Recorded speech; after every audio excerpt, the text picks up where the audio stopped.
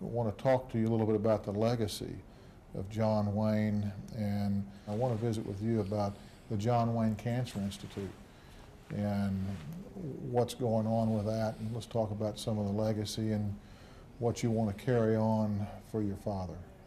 So the John Wayne Cancer Institute was an idea that came out of when my dad was in the last 6 weeks of his life. He was in UCLA Medical Center being treated for terminal cancer. And during that period, a doctor came up to visit him. He was doing some experimental treatments and asked my dad if he would consent to be a part of the program. My dad jumped at the opportunity and he said, you know, if this works, I'm going to help you guys. And unfortunately, it didn't reverse the horrible disease, and my father passed away. But my brothers and sisters and I thought that, well, since he was going to help this guy had he lived, that maybe this would be a way to honor his memory, is to work with this doctor. So we had the enterprise, which you talked to Ethan about, that raises money through the use and license of my father's name.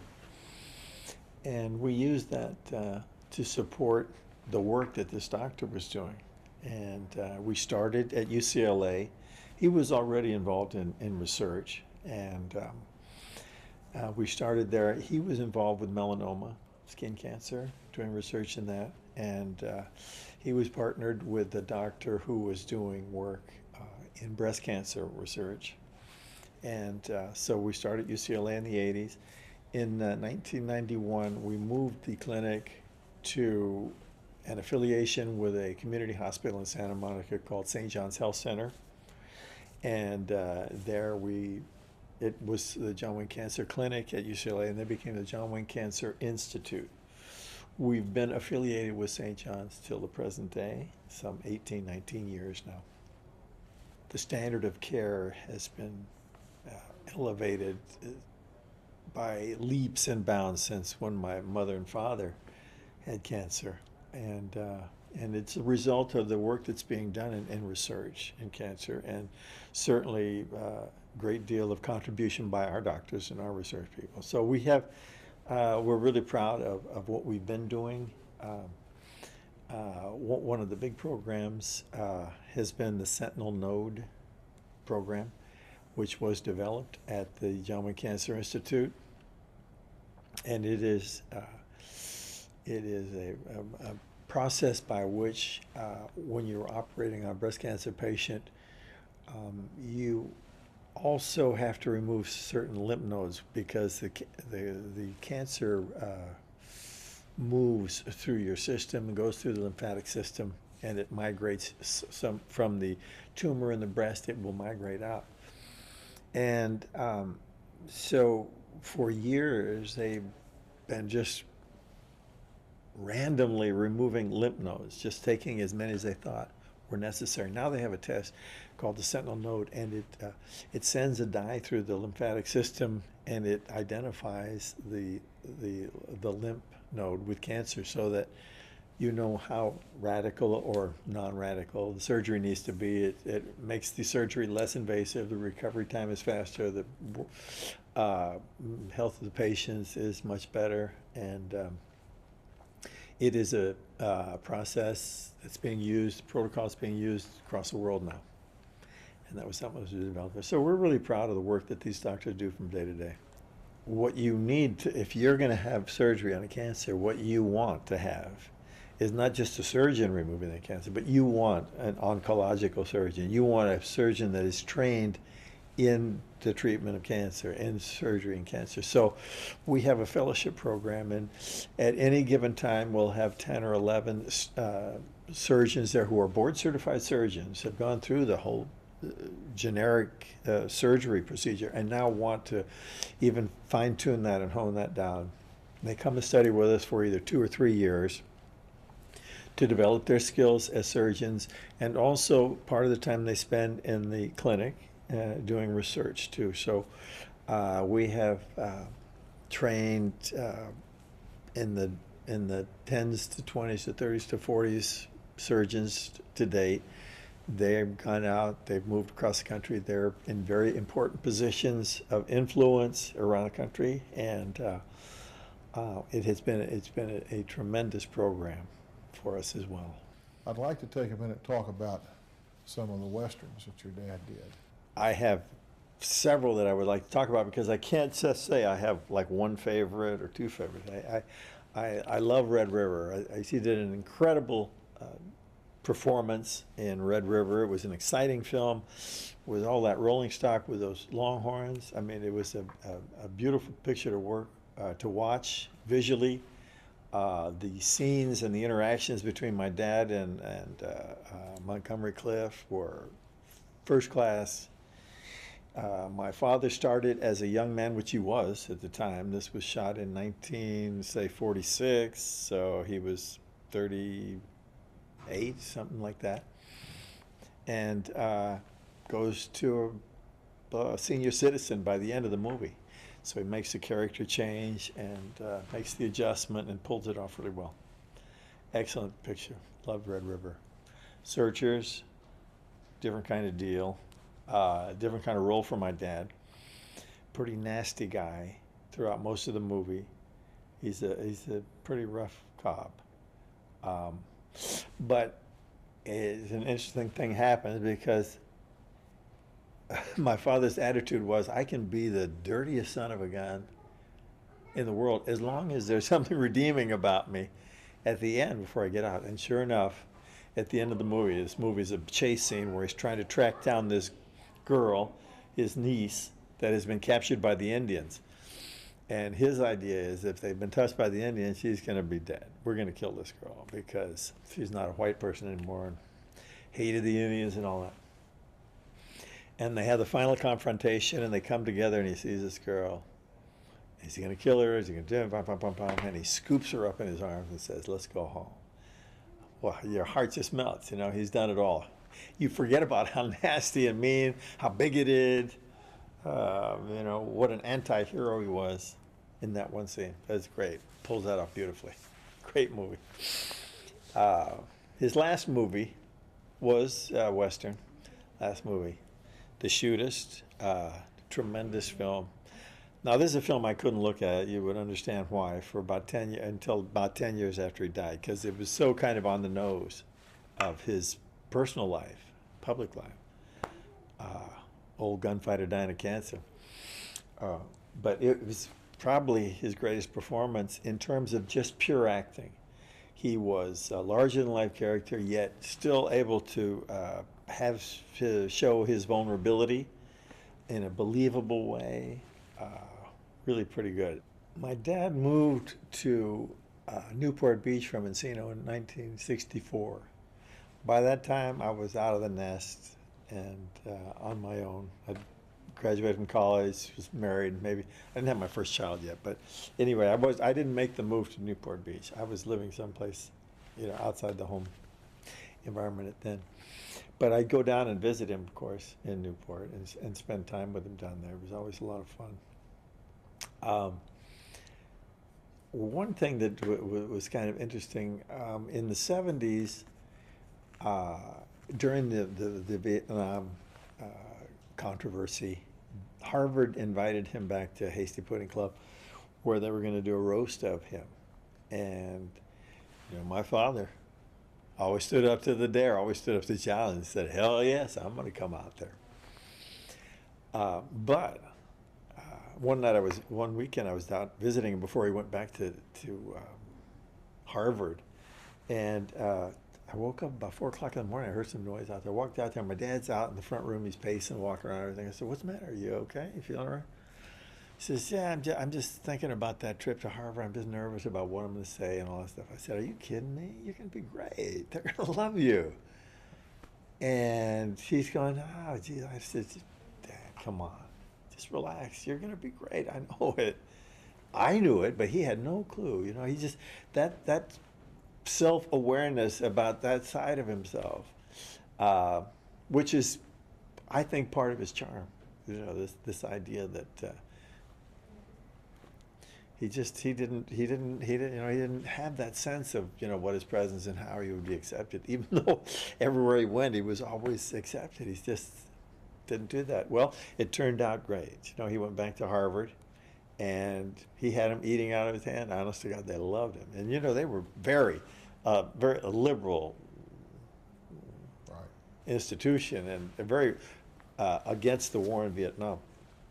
But the thing about my father is that my father's interest was in the American fighting man. He had great love of this country, and he had great love of the people that supported and defended this country. And it's hard to argue with that. I mean, hate the war, but love the guys and respect the guys.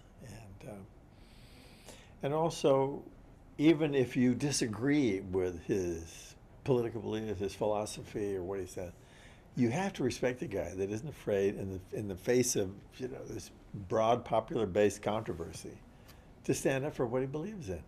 There's something very attractive about that, something worth respecting. So anyway, the trip was a huge success. A couple of things that were said there, which always killed me. There was a question and answer period, and all the students were out there. So one of the gals in the eye says, "Mr. Wayne, so what do you think about women's lib?" Now this is in the 70s. This is like that burgeoning area of all this stuff. What do you think about women's lib? He says, "I think a woman should be able to do whatever it is that she wants to in life, as long as she has my dinner on the table at 6 o'clock." Well, they just they collapsed, They loved him. Oh yeah, he said somebody's walking out of the place and they go, "Hey, is that real hair?" He had a toupee on. He says, "Hell yes, it's real. It's not mine, but it's real." So he did at least relax and have a good time while he was there. It was good for him. My dad really was such an iconic figure in his later years that he could not go anywhere without being mobbed by anyone and everyone on the streets. And my dad's philosophy was, if somebody stops and asks me for my autograph, I am going to stop and sign that autograph, because that is my fan. That is the reason that I have the success, that I've been able to have my yacht and my home and my family and take care of everybody. I have respect for that, so I'm going to sign an autograph. So as a result, if he went to a football game and there was a line of people, he would sign autographs. He would miss the game, and that's frustrating, because you want to support the team or whatever, and you can't see it because you're doing all this stuff. But he never varied from it, and he'd sign those autographs until the last person was there. So his idea of fun was, of course, working, because he was insulated from that, and he was usually in a remote location and he could work. And when he wasn't working, he liked to be on this boat, and he had a beautiful boat. And I say boat, it was a ship. It was a converted minesweeper. It was used during the war as a minesweeper. It was 136 feet long, and it was a beauty. It was a beautiful boat. It wasn't military by any stretch of the imagination. When they had redone it, all the rooms were very comfortable.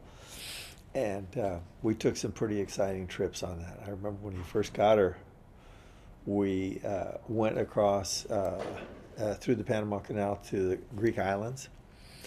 And when we got into the Atlantic, we felt like we were in a rowboat. There were some surges out there that threw us around like we were a cork bobbing in the water. It was pretty scary. And when he came back from that trip, he put a lot of ballast in the keel to hold her down better in the big surges. But I can remember some of the fun trips we took to Mexico to go fishing. It was really a pleasure. In those days, there were no flights down to Cabo San Lucas. It was not easy or convenient. It was a horrible drive down there, which nobody made, or you came down by boat. So it was still a pretty sleepy little village, and great fishing. We had marlin fishing and wahoo fishing, and just any number of things. And it's great. This was my dad's environment. He would have a few friends on board. We'd go down on a fishing trip. We'd play bridge or we'd play chess, and at night we'd have dinner, and he would regale us with stories and really relax and kick back, and saw his personality and humor come out. and it was just, that was the place to be. Part of the reason why the John Wayne Cancer Institute works, and by working I mean being called the John Wayne Cancer Institute, why that works is some 30 years after he's passed away, his name still has resonance, he still has popularity, he still has celebrity, he has visibility, as much as he did when he was alive. And if you had asked me in 1979, in 1985, you know, where do you think all this will be 5 or 10 years from now, the John Wayne name and everything, I would have told you that you're crazy, you know, that they will have forgot about it, it'll soften up and everything. But here we are 30 years later, and they take polls, the Harris poll, they take a poll about the most popular actors, and they take the polls between kids between the ages of 18 and 26. These are young people taking this poll, and my father has never been out of the top 10. These are kids that weren't even born. They weren't born until after my father had passed away, and yet still they have contact with this guy and they see him. I don't know if it's watching movies on television or rental, if their parents have shown them the movies. I couldn't even tell you this, but he still commands this amazing audience, popularity and visibility, which I have no explanation for it. I'm shocked by it, but it has helped the Institute gain the support that it has some 30 years after we started. Let's talk about some of the Westerns that you made with your dad. Yeah.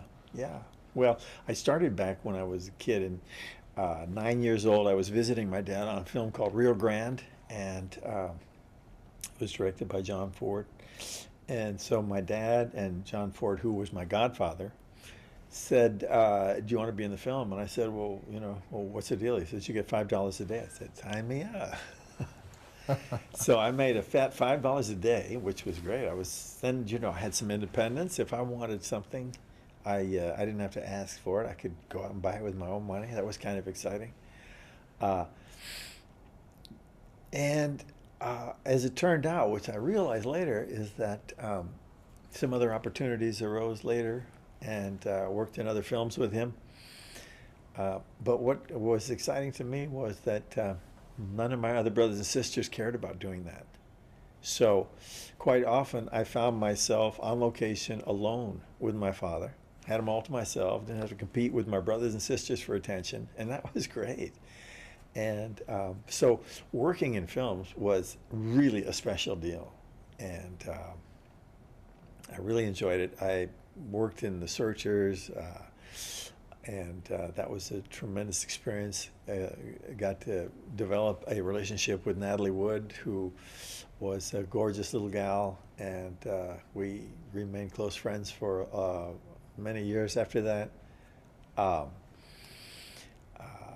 Then later on in life, I actually went to a high school and college, graduated from college. I was majored in biology, trying to kind of get some place to stand and perspective about what I want to do with the rest of my life, because this is not the typical experience to decide and judge whether or not you want to work as an actor in films. I mean, there were so many things on the outside. For instance, the big thing I was telling you about, being able to have my dad to myself and not competing with my brothers and sisters, working with my godfather, the director John Ford. I was treated like really with kid gloves, and it was a tremendous experience. And I always had fun. And I said, well, do I like the acting part of it, or is all these other trappings? So I was trying to figure out whether or not it was something that I want to do with the rest of my life. I did end up choosing it, and happy that I did. I've had a great life, and had a lot of fun. It always was fun. It was never a grind. Sometimes it's a grind trying to find work, but not the work itself. It's just like being a kid and playing, just play acting all the time. So then I got a chance to work with my dad after I decided to be an actor in a couple of westerns. The Western Comancheros, and was a good object lesson for me. In one sequence, I had to ride a horse on a running insert, which is a truck going alongside very close and very revealing of your technique. So the Rushes came back, they saw the scene of me riding on the close-up, and he said, it was horrible. He says, you're going to learn how to ride a horse or you're getting out of this business. Pretty humiliating, but I got the idea. And so I worked on it for a couple more weeks, getting myself together, reshot the sequence, and it worked out fine. But it was a good lesson. It was a good lesson. My father didn't really, wasn't a person to give advice, just like verbally. There was plenty of things to learn from him if you observed him. I mean, that was it. And that's where I got most of my lessons by my dad. He's very professional, always prepared, always on time, always ready to shoot what he's supposed to be shooting. And that's really, in films, that's really important, coming in prepared. It's very expensive to have the crews on call, and if you're not ready to work when they're ready to work, it's going to cost companies very much money. So being professional was being prepared, and not just prepared with the dialogue, just not knowing the dialogue for the scene, but and especially these kind of pictures you're doing in outdoors sequences, is that you're going to be caught doing things that we don't do in our normal life all the time, and you have to know how to do that stuff. You can't wait until you get there and try to do it, because two things will happen. Number one is that if you have something physical to do that you're not used to, it's going to look like you're not used to doing it, and you're supposed to be able to do it. If this is roping a cow or something like that, where you're hired as a cowpoke, you already know how to rope a cow, so you better look good doing it. And if you have dialogue going on while you're doing that cow roping, and you're thinking about roping that cow, then the dialogue is going to go to hell, because you're spending your time focused over there, and maybe it's more important. Now, my dad did a film, where I really saw that was, my dad did this film called Hondo, and he had this sequence, dialogue with Geraldine Page, and he, in this front part of the scene, he is shoeing a horse. He's at the anvil, he's got the shoe in there, and this red hat anvil he's pulling out with, he's hammering it, lifting the horse's hoof, holding the thing up, remeasuring it again, put it in the hot water, all the smoke and all this stuff is going on. And he has this tremendously important scene, informational but emotional scene going on with Geraldine Page. A lot of interaction, a lot of interplay of ideas, a lot of things not said that are being communicated. Well, if he didn't have a handle on this stuff, if he didn't have control of this, that would not have worked at all. And yet it worked beautifully. It worked beautifully. And so that was really a good lesson for me. And it came into play later for me in a film called Sinbad and the Eye of the Tiger. I did an audition for Sinbad and the Eye of the Tiger, which was going to be shot several months later. And there was a British company, and they came into town, and they put a beard on me and put a costume on me. And I worked with a stuntman who knew how to do sword fighting. I worked with him one day to get some moves out, and then we taped film taped the audition. So I guess they had interviewed several people, but then they finally decided on me. And so I said to the producers, Charles Schneer, and I said, well, they offered me the part and then made the deal and everything. I said, that all sounds great, but I said, I want to work with this sword guy. I want to work with him before I go over there, because I don't know anything about sword fighting. And the producer said, oh, you know what? He said, we've got a guy over there. He'll work with you. He'll do all that stuff. And I said, I'm just not that comfortable doing that. I want to work on this thing, and I was insistent upon this, and he was resistant to it, and finally he consented to it. So I spent a month with this guy every day and working on the sword fight and learning all of the moves and getting physically into all of this stuff and learning the terms and all of it. It was kind of fun too, actually, at the same time. So we go to start the film, and we go to, our first location is in Spain. And on our first location, I have the most difficult sword fighting sequence to do in the picture right there. Well, the sword fighting expert doesn't even join the company until we get to Malta.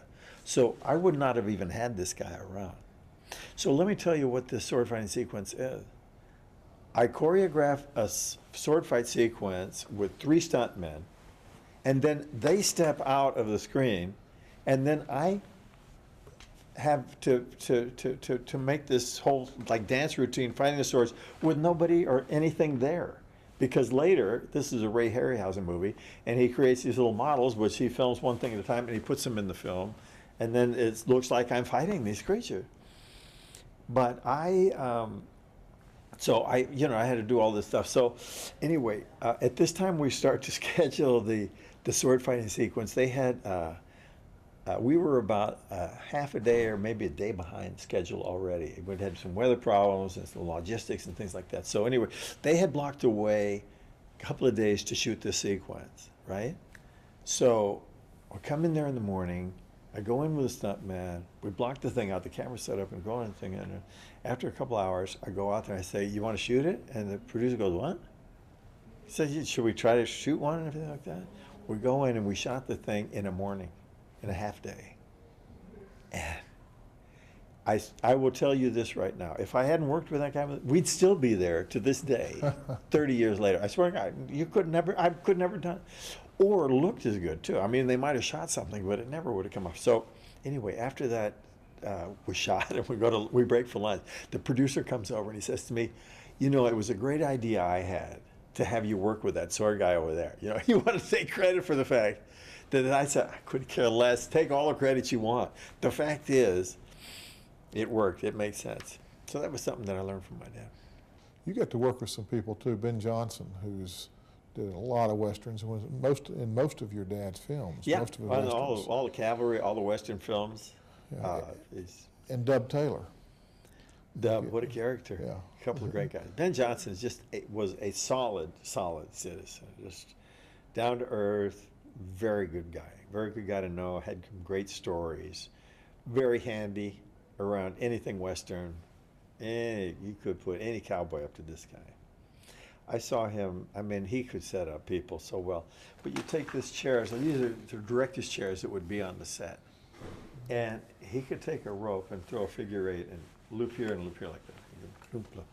So he'd see somebody watching him like that, he'd throw it, and he'd make two and miss one, make one, miss two, make two, like that. And, he'd just be hooking this guy. And the guy says, there's something about this. And he says, "Well, I'll bet you I can do it 10 times in a row for, $10, whatever, something like that." He said, "Oh, you can. I bet you can." Just hook him in like that and bang, bang, bang, bang, bang, bang, bang.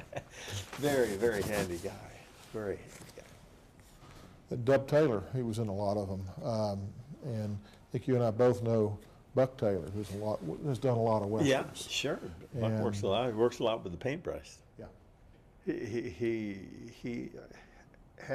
came from a very well-respected, well-established family, and his sisters were well-educated and well-mannered, and he went the other way in films, and you'd have no clue of his upbringing and his manners and what he could be, and if he weren't wearing this outfit and talking this way.